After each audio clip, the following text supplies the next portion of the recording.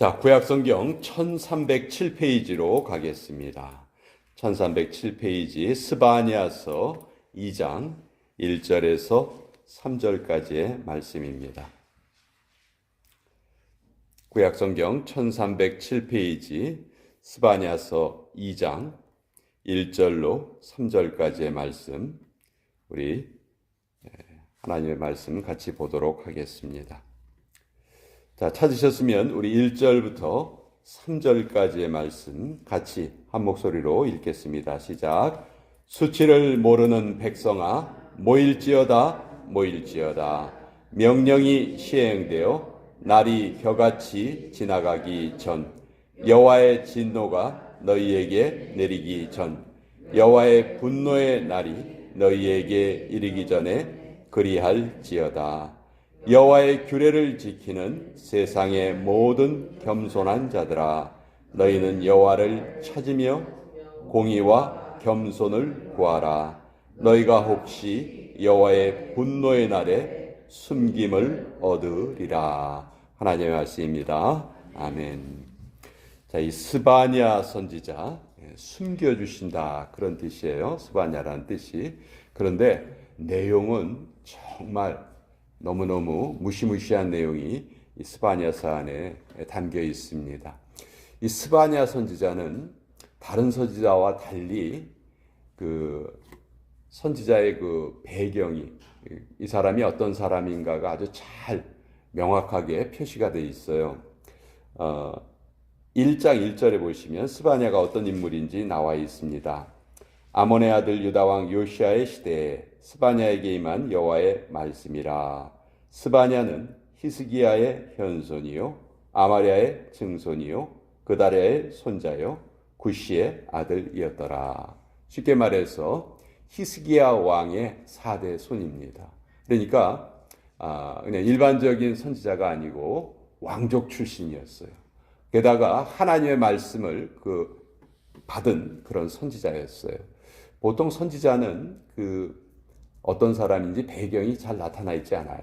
그런데 이 스바냐 선지자는 그런 면에서 거의 유일한 선지자라고 말할 수 있습니다.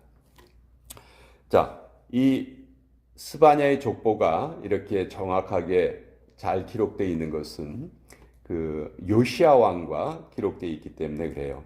요시야 왕이 누구냐면요, 남유다의 그러니까 이스라엘이 처음에 사울 왕서부터 시작하죠. 사울 왕, 다윗 왕, 솔로몬 왕. 요거 이제 공통의 왕이에요. 근데 솔로몬이 죽고 나서 나라가 둘로 나누어져요. 그래서 그 이후부터 유다에는 20명의 왕이 다스리고 북이스라엘은 19명의 왕이 다스려요. 이 20명의 왕 중에서 13번째 왕이 누구였냐면 유명한 히스기야 왕이었어요. 히스기야 왕은 다윗 왕 다음으로 칭찬을 받았던 왕이에요. 그런데 이 히스기야 왕이 죽고 나서 나라가 너무너무 영적으로 타락하게 됩니다. 히스기야 왕의 아들이 그 유명한 므낫세였어요. 아버지하고 정반대의 인물이었어요. 게다가 이 므낫세는 무려 55년을 통치를 합니다. 그러니까 유다의 모든 왕 중에서 가장 오래 통치를 했어요. 그리고 가장 영적으로 잘못된 일을 했습니다. 그래서 그 이후에 므낫세가 죽고 아몬이 그 뒤를 따라서 왕이 되고, 아몬 역시 아버지 므낫세하고 같은 그런 잘못된 행동을 했어요. 그런데 이 므낫세의 손자가 누구냐면 요시야예요. 요시야. 요시야는 어떻게 보면 유다가 멸망당하기 직전에 어떻게든지 다시 한번 유다를 되살리려고 애썼던 인물이에요. 불과 8살에 왕이 됩니다. 8살에 왕이 됐는데 그 요시야 왕이 16살 때 성전에서 성경책을 발견하게 되죠. 그리고 그 성경책을 발견하고 그 말씀대로 그대로 살아가려고 애를 써요. 그때 이 요시야 왕을 가장 옆에서 영적으로 잘 지도해줬던 사람이 바로 이 스바냐 선지자예요. 그렇기 때문에 이 스바냐 선지자는 그 왕족 출신으로서 하나님의 말씀을 그 입술에 받아가지고 쇠퇴해가는 유다를 마지막으로 되살리려 했던 그런 인물이다 하는 것을 우리가 먼저 알아야 되겠고요. 자, 근데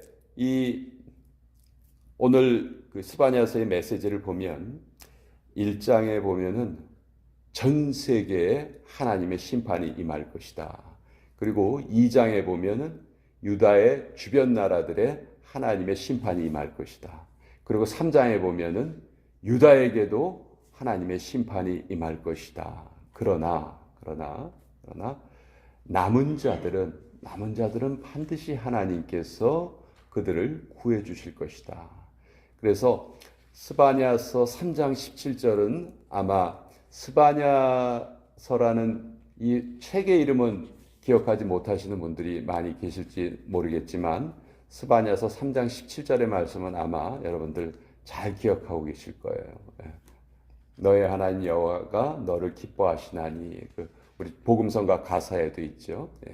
그래서 마지막은 가장 아름다운 구원의 메시지로 끝을 맺는 이 책이 이 스바냐서인데요. 사실 이 스바냐서는 교회에서 별로 그렇게 많이 설교를 하거나 다뤄지는 책이 아닙니다. 아마 그 교회 다니시는 분들도 스바냐서 좀 찾아보세요 그러면은 이게 어디에 있지 하고 잘 찾기 힘든 그런 책 중에 하나지만 그 메시지만큼은 정말 중요한 메시지다. 자, 지금 2장 우리가 읽은 부분에 보면은 하나님께서 지금 신앙을 잃어가는 유다 백성들을 향해서 뭐라고 말씀하시는가? 1절에 보시면 수치를 모르는 백성아, 이렇게 말씀하십니다. 수치를 모르는 백성. 여러분, 중국의 보사성어 중에서 철면피라는 말이 있어요. 철면피가 무슨 뜻인지 아시죠? 얼굴이 아주 두껍다. 부끄러운 일을 하고도 부끄러운 줄을 모른다. 옛날에 중국에 왕광원이라는 사람이 있었는데 너무너무 출세지향적인 사람이었고 자기의 이익을 위해서라면 하여튼 수단과 방법을 가리지 않고 자기의 이득을 취하려고 다른 사람을 모함하기도 하고 죄를 저지르기도 하고, 그래서 망신도 많이 당하고 매도 그렇게 많이 맞았대요.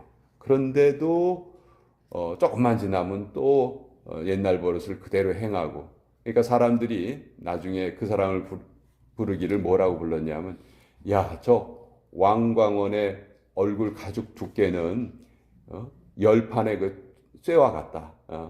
쇠판 10개와 같다. 그래서 거기에서 이제 철면피라는 말이 나왔는데, 하나님의 말씀을 듣지 않으려는 자들, 수치를 모르는 자들, 쉽게 말해서 영적인 철면피들에 대해서 하나님이 권고하고 계시는 거예요. 자, 세 가지를 권고하십니다. 영적으로 지금 불감증에 빠져 있는 자들, 심판이 임할지 모르는 자들에게 하나님이 세 가지를 말씀하시는데, 첫 번째 1절에 보시면 백성아 모일지어다, 모여라 말씀하세요. 모여라. 이 모여라는 말은 이렇게 함께 모이라는 그런 말도 되지만 모여서 무엇을 하는가가 더 중요하겠지요. 모여라 하는 것은 너 자신의 행위를 살펴봐라. 왜 내가 이런 말을 하는지 너희가 깨달았으면 좋겠다. 그래서 우리 크리스찬의 신앙의 시작은 회개에서부터 시작되고요. 회개의 시작은 살펴보는 것이죠. 내 자신을 돌아보는 거예요. 그것이 있어야 우리가 올바른 신앙을 갖게 되는 것이죠. 그래서 하나님께서 수치를 모르는 백성에게 모일지어다. 모여서 무엇을 잘못했는지 너희가 꼭 한번 살펴보아라. 그런데 2절에 보면 더 중요한 명령이 있어요. 명령이 시행되어 날이 겨같이 지나가기 전, 여호와의 진노가 너희에게 내리기 전, 여호와의 분노의 날이 너희에게 이르기 전에 그리할지어다. 모이는데 시기를 놓치면 안 된다는 것이죠. 기회가 지나가기 전에 모여야 한다. 자, 모든 일에 다 때가 있다. 우리가 그렇게 말하는데요. 지금은 우리가 하나님께 은혜 받을 만한 때고 구원의 때입니다. 예수님께서 다시 재림하시기 전, 바로 이때가 우리에게 주어진 마지막 기회이다. 우리가 그것을 분명히 알아야 돼요. 노아의 때에도 노아가 열심히 오랫동안 외쳤습니다. 그러나 그 노아의 말을 듣지 않은 사람들이 전부 다 멸망당했던 것을 우리가 잘 알고 있죠. 그래서 하나님의 말씀을 우리가 들어야 하는데 언제 들어야 하느냐? 명령이 시행되기 전에, 즉 하나님의 심판이 이르기 전에 우리가 그것을 반드시 실행을 해야 한다. 세 번째는 모여서 기회가 지나가기 전에 하나님의 말씀을 지키는 것이 구체적으로 무엇인가? 어떤 것인가? 3절에 여호와의 규례를 지키는 세상의 모든 겸손한 자들아, 너희는 여호와를 찾으며 공의와 겸손을 구하라. 구체적으로 공의와 겸손이라는 표현이 나옵니다. 하나님이 우리에게 원하시는 것이 바로 공의와 겸손이라는 것이죠. 자, 공의라는 것은 무엇일까요? 공의는 조그마한 이익 때문에 우리의 행동이 흔들리지 않는 것이 공의입니다. 겸손이라는 것은 더 이상 우리 강조할 필요가 없는 그런 덕목이죠. 하나님께서 겸손한 자에게 은혜를 주시고 교만한 자를 물리치신다. 하나님이 가장 미워하시는 죄악이 바로 교만의 죄죠. 그러니까 지금 스바냐를 통해서 하나님께서 이스라엘 백성들에게 주시는 말씀이 첫째, 너희의 행위를 살펴봐라. 내가 곧 심판을 일으키겠다. 그 심판이 이르기 전에 꼭 기회를 너희가 얻기를 원한다. 그리고 구체적으로 공의와 겸손을 행하라. 그러면 3절 뒷부분에 너희가 혹시 여호와의 분노의 날에 숨김을 얻으리라. 여기 스바냐라는 그 선지자의 이름의 뜻이 숨겨주신다 하는 그런 뜻이라고 말씀을 드렸죠. 그리고 여기 중요한 표현이 하나 나오는데 여호와의 분노의 날.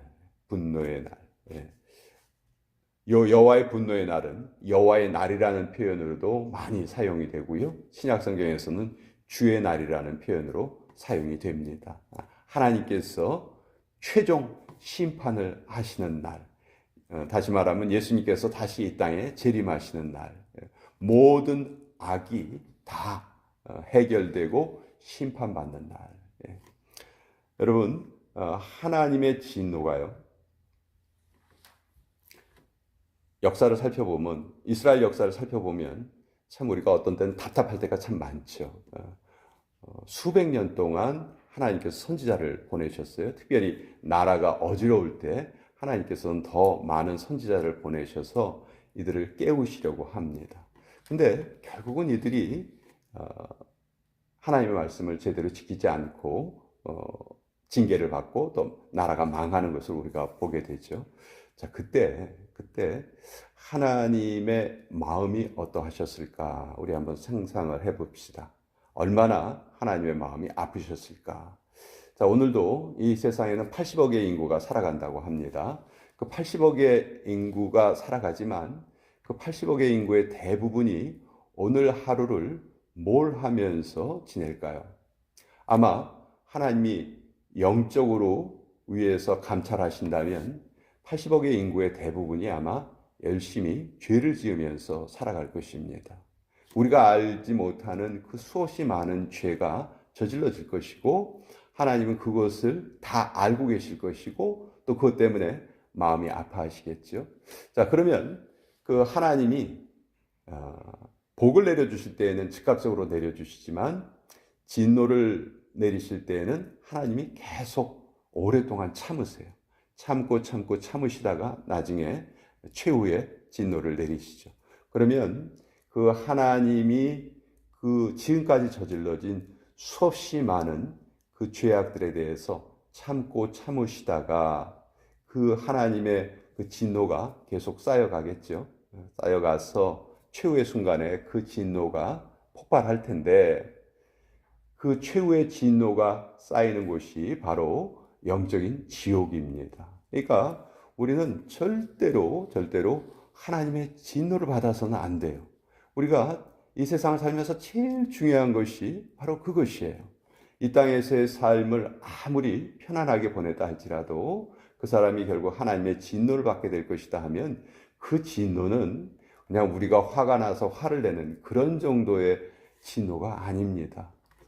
오랫동안 하나님의 그 분노가 쌓이고 쌓였다가 마지막에 그것이 표현이 되는 것이기 때문에 우리의 상상을 초월하는 그런 무서운 그런 분노예요. 그러니까 우리가 그것을 하나님의 진노를 너무 무시하면서 살아간다. 우리가 조그만 잘못을 저질렀을 때 이거 뭐 잘못을 회개하면 되지 뭐 미안하다고 말씀드리면 되지 뭐 라고 쉽게 넘어가는데 결코 영적으로 그렇게 할 일이 아니다 하는 것을 성경은 계속해서 우리에게 말씀하고 계세요. 그리고 하나님을 잘 믿는 그 자들에게, 하나님의 백성들에게 여호와의 분노의 날에 숨김을 얻을 것이다. 우리가 하나님을 믿는 그 구원받은 백성으로서 가장 큰 복은 여호와의 분노로부터 제외된다는 것이죠. 여호와의 분노의 날에 우리가 숨김을 얻는다는 거예요. 그래서 이거만큼 은혜로운 구절이 없고요. 그래서 우리 스바냐서 3장 17절을 한번 보십시다.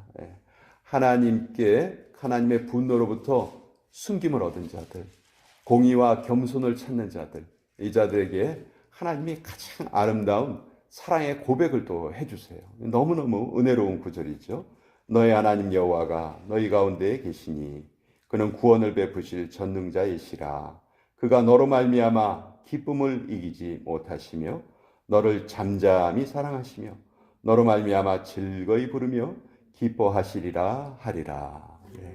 오늘 우리가 이런 존재로 살아가야 돼요.